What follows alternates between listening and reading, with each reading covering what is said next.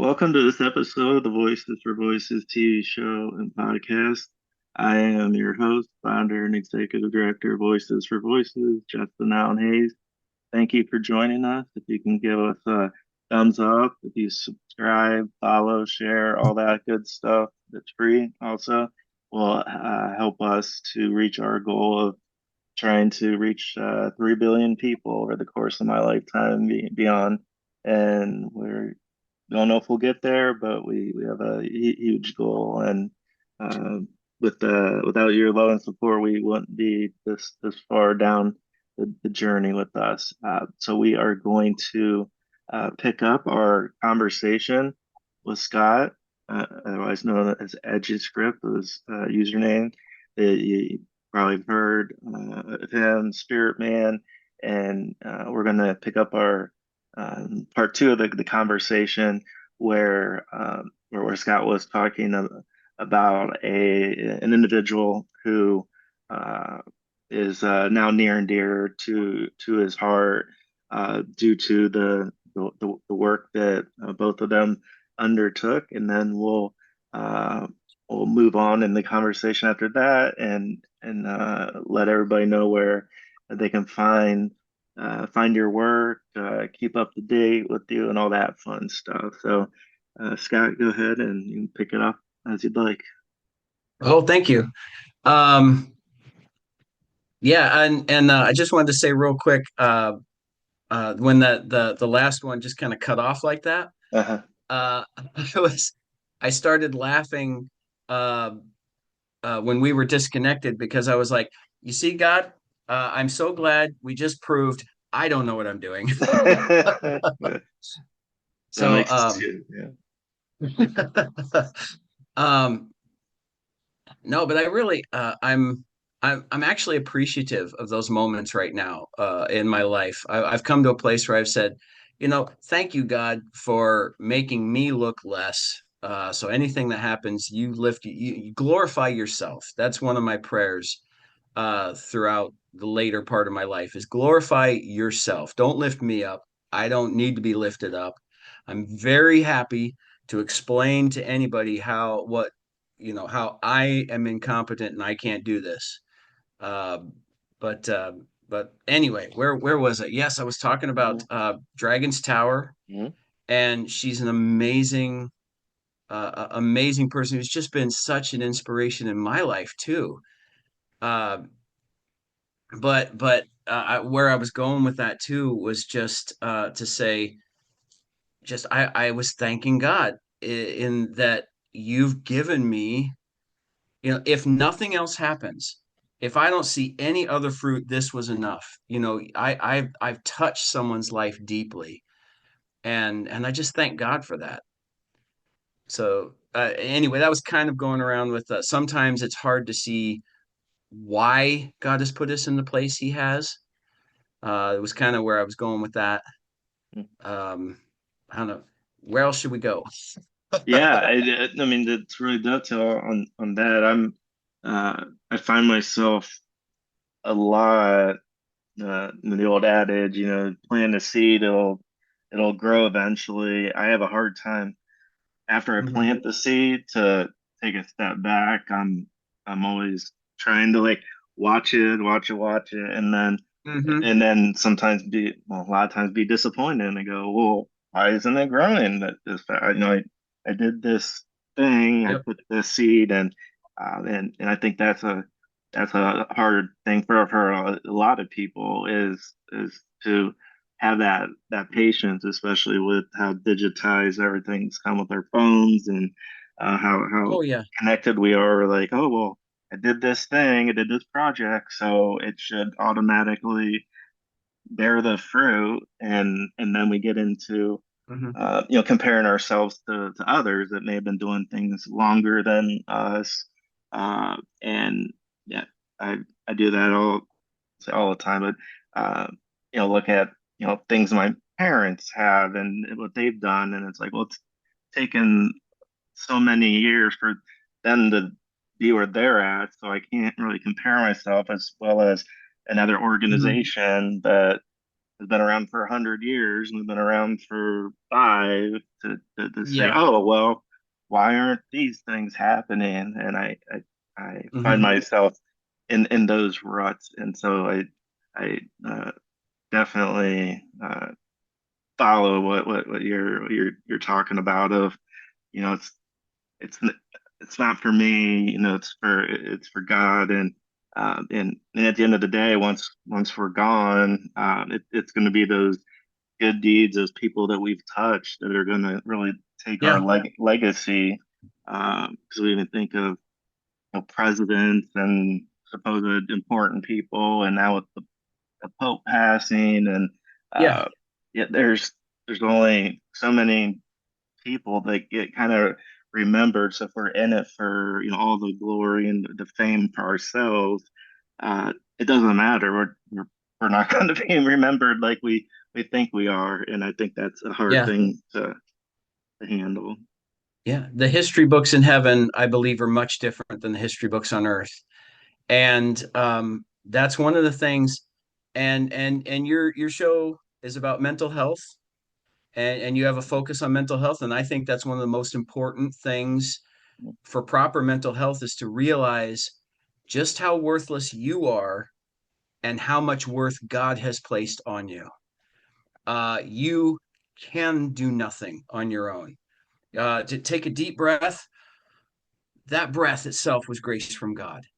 You don't deserve it. You didn't earn it. You did nothing to make it happen. You didn't put this earth in place. You didn't create the atmosphere. You didn't build your own lungs. You didn't do anything. God gave it to you Mhm. because God said you're worth it. And I've been going through a deep study in Genesis over the last few years. And one of the things that jumped out at me was that we don't see the creation of man right off the bat. We see, he builds everything else up to that point, and it was all for man. He was building the house. He was building, and there's a lot to this. I won't get into here. Take 3 days, Mhm. but he was building a house for his bride. It's one of the pictures, and that we should see in that. And uh, did one of the things that hit me is man did nothing to deserve any of it. He didn't even exist. How could he have done anything to have said, God, I deserve what you're giving me, when he wasn't even in the picture? God formed the mountains, formed the seas, created the plants, made the animals. He was setting it up for his beloved, and his beloved didn't even exist yet. There's nothing man could have possibly done. Mhm. That's a picture of grace. That's a picture of undeserved, unmerited favor. God said, Justin, I love you, and I'm going to give everything for you long before you were ever a thought on Mhm. this planet, long before you existed as a human being. That, when you really grasp that, it's amazing. And that's what I try my hardest, and I fail like everyone else, but I try my hardest to focus everything I do on, God, what makes you happy? Because this life is but a vapor. Mhm. It's gonna be gone. I don't care if you live to be 1,000. Mhm. This life, in comparison to eternity, is gone.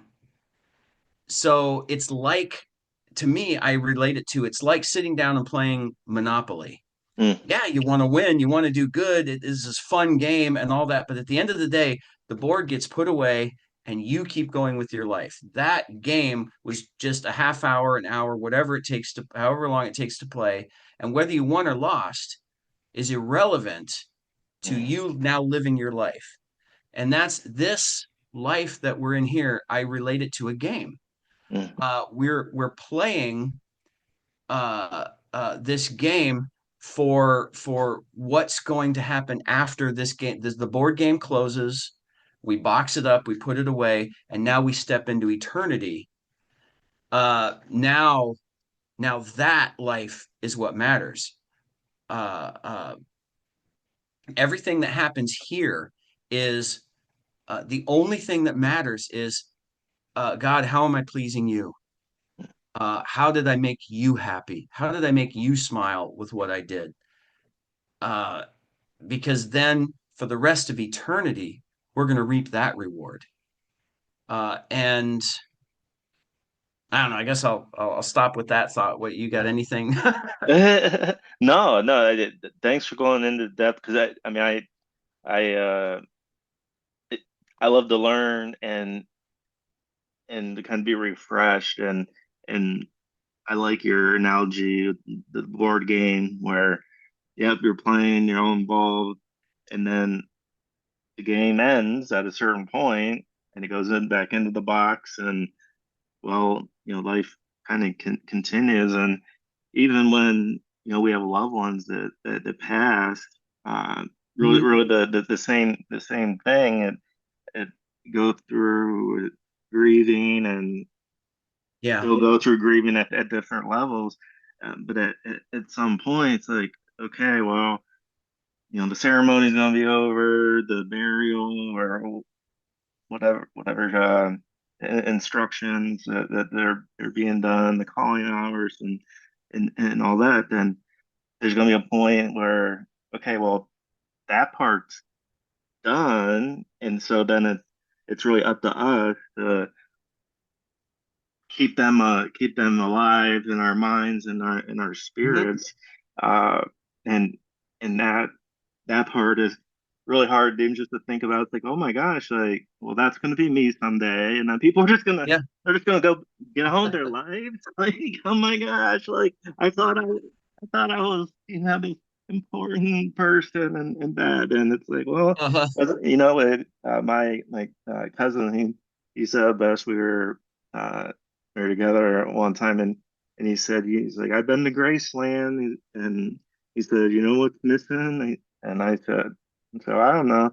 And he goes, well, all Elvis's things are there, but Elvis isn't there. Like, he's not. So you can Yeah. accumulate whatever we want, houses, cars, boats, what have you. It Hmm. can't take it with you. And I think that's uh, just a good just a good reminder, and it really kind of just brings that perspective down to where it is that, because I mean, I'm guilty of it with having an ego and time Yeah. time to time, and I go, okay, well, when you kind of get brought back down to earth, back down to life, and like, wow, like, what's actually going to happen? And then to your point, and the purpose, and why are we here? And we're here for a Hmm. reason, and many reasons, and some we know, some we won't find out, and others Yeah. will. Yeah. Yeah. I want to share. There's a friend of mine who's a missionary, Hmm. uh, and he's a missionary to Mexico, and he's a Mexican citizen, came across illegally years ago.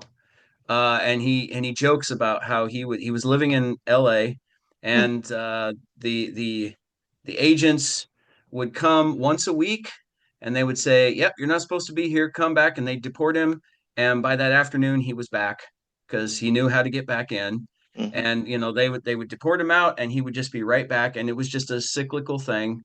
They just kept doing their job, deporting him. He just kept coming right back. And he said that one time, so he moved to Iowa, which is where he moved to Iowa, and he's working a factory job. And this little Jewish guy wants to keep telling him about Jesus. And he's sick of it. He doesn't want anything to do with it. And he keeps telling this guy, get away from me. Oh, I'm sorry.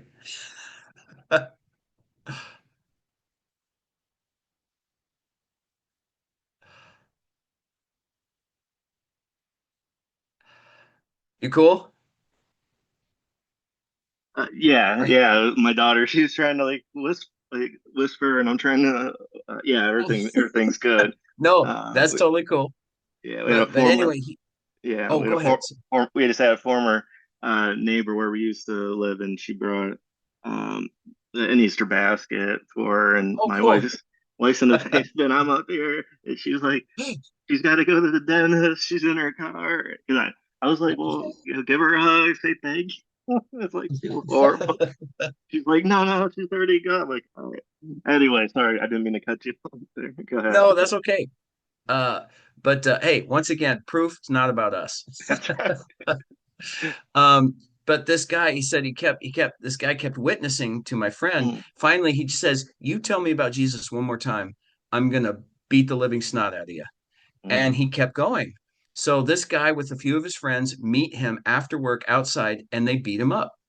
mm, And he essentially doesn't see him again, leaves that job, goes somewhere else, and about a year later, he accepts Jesus as a savior. And he said, and that guy was one of the reasons, mm, because he said that that guy uh, was willing to be beaten up for this.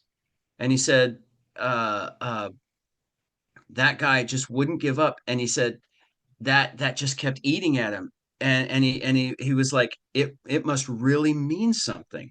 This must be real if he was willing to go through that for me, mm, for this. And but the thing I always remember about that story that makes an impact to me mm. is that guy that he said he was one of the reasons. I don't believe he knows, Oh what no. happened. So and that's why I say it's important to understand I'm here, I have to obey God. When God says go, he knows what he's doing. You might never see the results. That's okay. You don't have to. You just got to trust him that he knows what's going on. So that guy never saw the results of this guy not only turning his life to Christ, but now he's a missionary and he's reaching, hundreds, thousands of other people, and he's touching lives, and he's reaching out to hurting souls that need him. And this one guy might be going, God, what's happening? Why am I doing this? I'm not seeing anything. Mm, wow. When you when you're in your creative space, is that Mhm. time that uh, you set aside, or is it moments that come up and you're like, okay, I gotta stop what I'm doing and I gotta get this down. I'm just curious on how that, and I know it's probably like a Yeah. lot of different things. Well, for me, it's I there is a small percentage. I'd say about 20% is just I should work on this. Just focus. Just sit down, make it happen. Hmm. Uh, but I don't like to do that as much as possible. I want it to be just flowing and it has to come out of me. Hmm. But there is a certain amount of discipline where you say, look, just set everything else aside and focus. But usually what I try to do is when I come up with an inspiration for something, uh, when something hits me, write it down. Write it down at that moment. And usually I can't write it down. I don't have a pen or paper, so I'll Hmm. I'll grab my phone, I'll pull up my email, and I will email myself. Oh. And I will text, hey, this is my idea. And so I send that email to myself, Uh-huh. so I don't forget it. And then when then what's going on is I'm working, I'm doing other stuff, and I'm constantly thinking, oh, that I got to get in on that. I get hungry for it. So Mm, then my first free moment, it's like when I jump in, the mhm, juices have been flowing, and I just start writing, and I start creating because it's already been working in my mind for a long time. Now, when does that inspiration come? I don't know. It just mhm, happens. mhm, Sometimes it doesn't come. It doesn't come, and you're like, I'm on a maybe with Spirit Man, you're like, I really told him I'd get him the next comic. I told the artist Paul, yeah, I'll get him the next comic, and I got to get this done. And you'll sit and you'll focus and you'll work on it. And for me personally, the most difficult thing about writing mhm, is the blank page to start with. It's oh my goodness, it's crazy difficult. I might have a few ideas about how it goes, but I don't know how to start and get there to that point or what have you. Once it's like once I start writing, the dam breaks. It's Mm-hmm. like what sometimes I will write something that sounds dumb just to get something on the page. Yeah. Or I'll write a skeletal version of it. I won't write in depth. Uh I'll just write, uh, um, how are you doing? I'm fine. I need to get this done. Okay, then let's do it. And, a very bare bones version that does not sound good at all, but I'm getting the general plot or the general idea of what's happening out.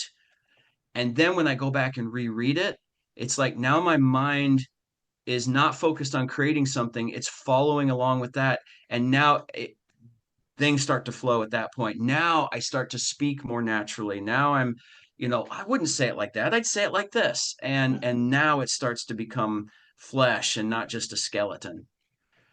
Great. That's Now, how I work.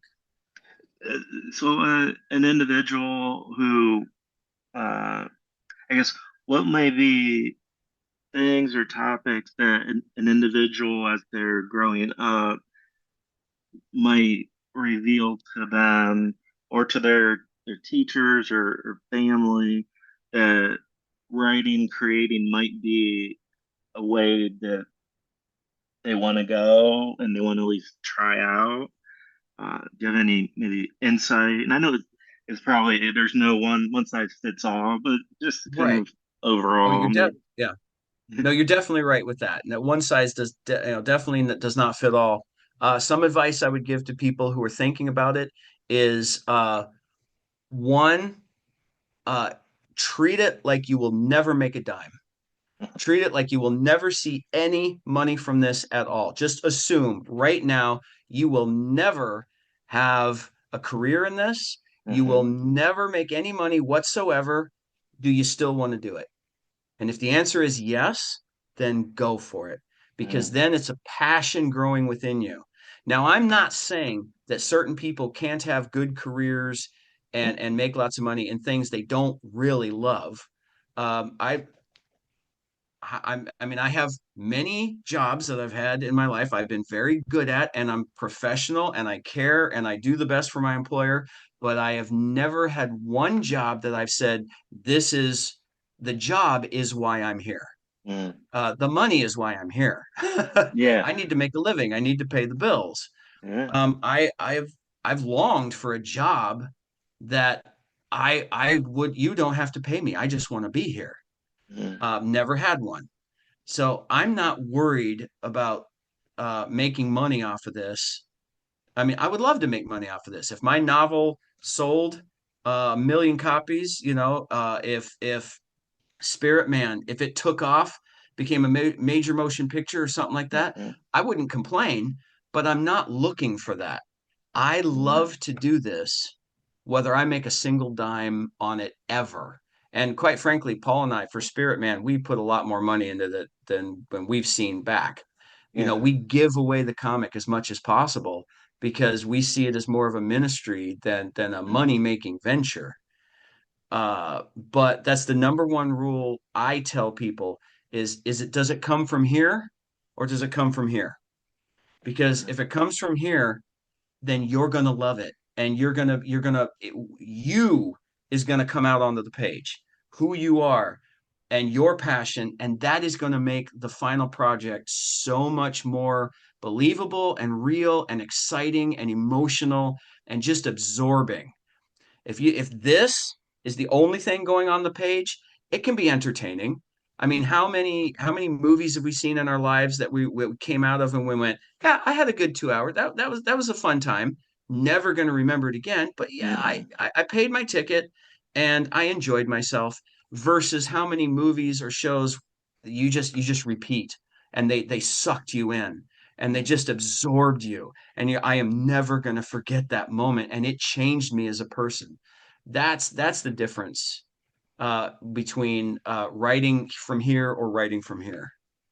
And I think to revert a little bit back to that play that that you were in, and uh going into that last scene, slip, fell, Hmm. have all these thoughts. You were doing it because it was in your heart, Yeah. and not just in their head. So it made that those comments at the end where her voice was crackling, made that Hmm. all more like, okay, yeah, this is what I love to do, and if I have an opportunity to be paid to do this type of work, I'd love it. But the feeling and the chills and just like, oh my gosh, like we really did affect people, and it we're not always uh, we didn't have to focus on the negative things, and all those can be worked on. But just the mere fact that it was entertainment, but it gripped them from like an emotional standpoint, not just Hmm. like a money standpoint. Yeah. Yeah. And I in no way am I trying to hint that if anyone makes money off of this, it's corrupt and wrong. No, of course not. No, Mm-mm, yeah. absolutely. A worker is worth his wages. I'm not saying that at all. I'm just saying if you are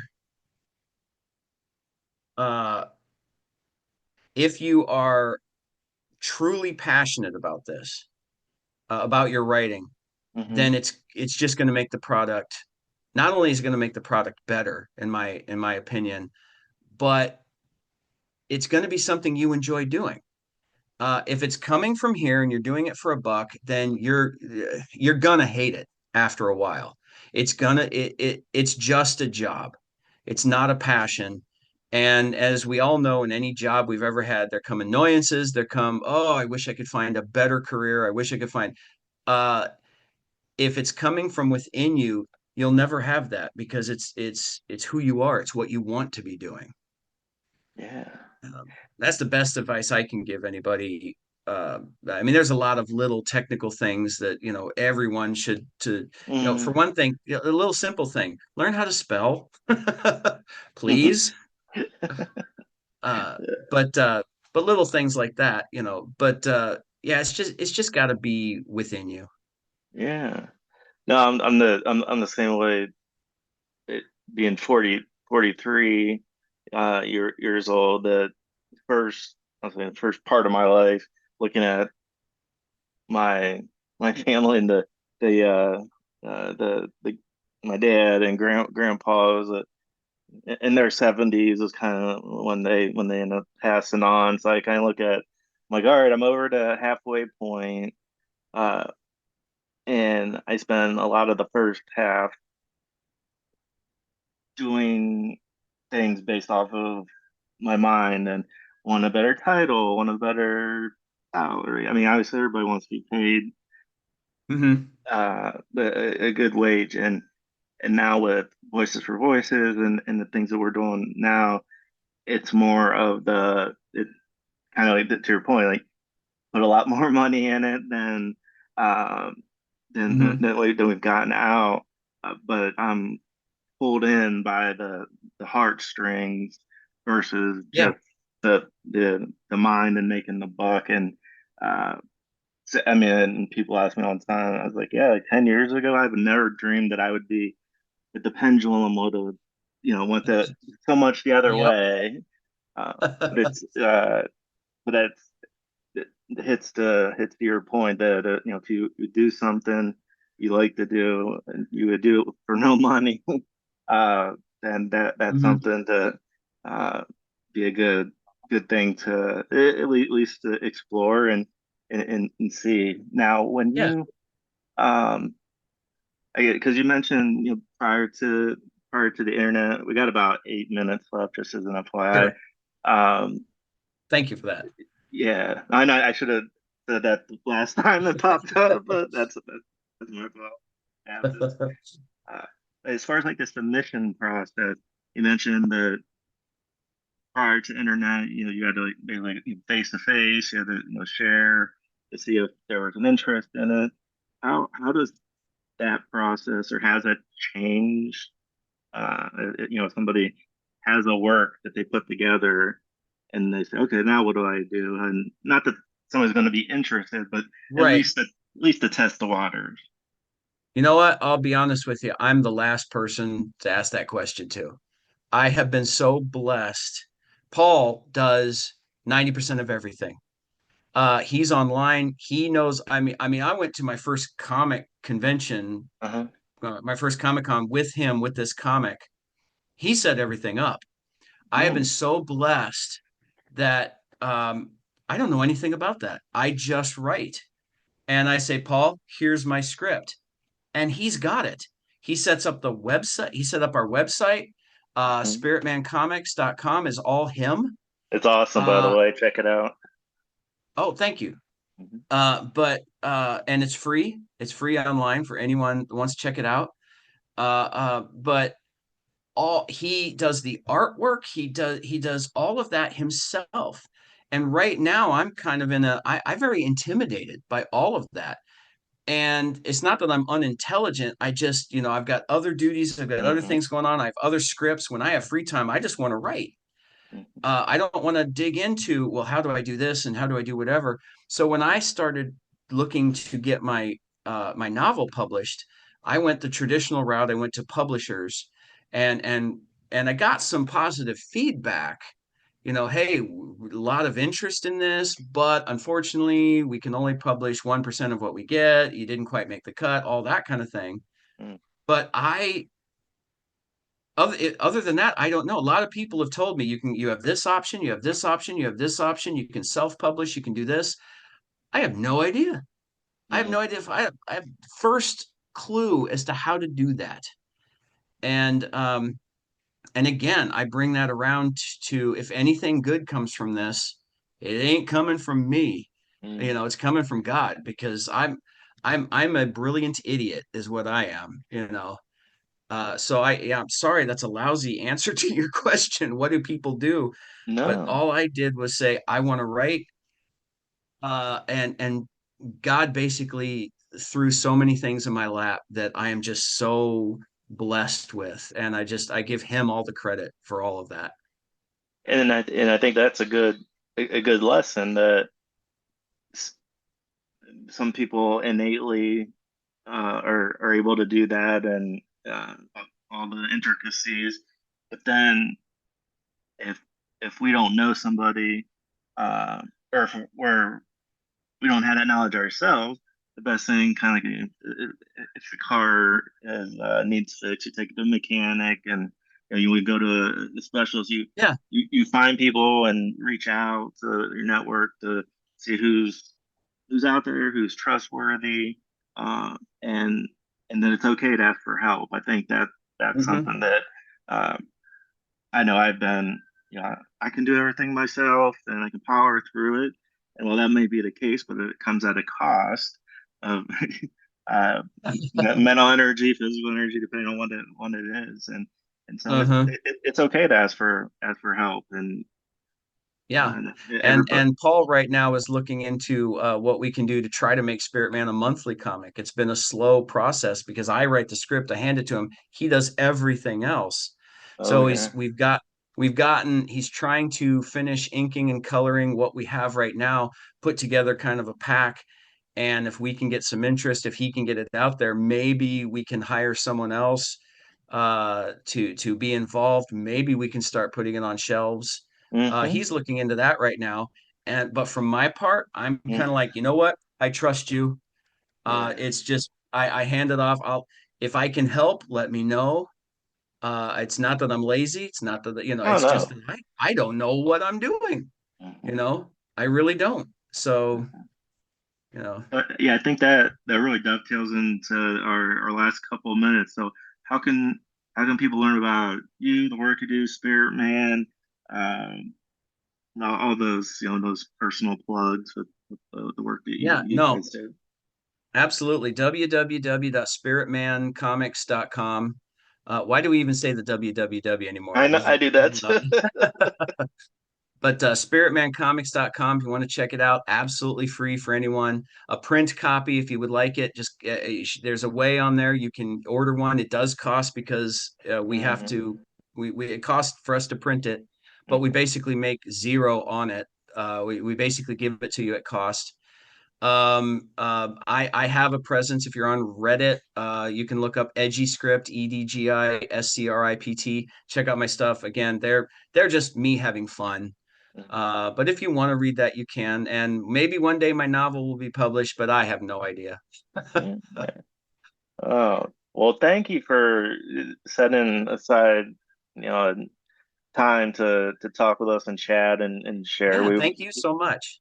You're welcome. Definitely value your opinion and what you do, and want to get uh, as much clean material into everybody's hands, especially children. And as we're growing up, there's Mhm. lots of choices, and uh, so to have Yeah. the background and how you approach things is very At comic helpful. conventions, we've had a couple comments. People walk up and look and goes, "Oh my goodness, your women have clothes on." Yeah, yeah.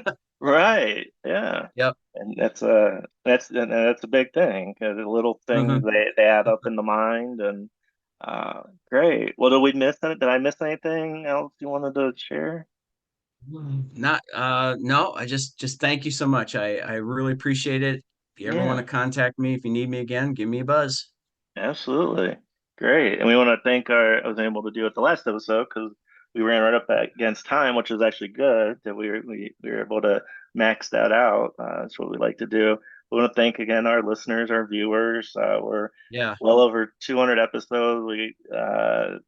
Check us out. We're everywhere, from video, uh, YouTube, Rumble, and then all the audio platforms. And we just are grateful to have the opportunity to share the work and individuals like yourself, and keep doing what you're doing. And yeah, we'll definitely be reaching out here in the near future to as we all progress in whatever manner that Yeah. is. We'll go. Great. So until next time, please be a voice for you or somebody in need.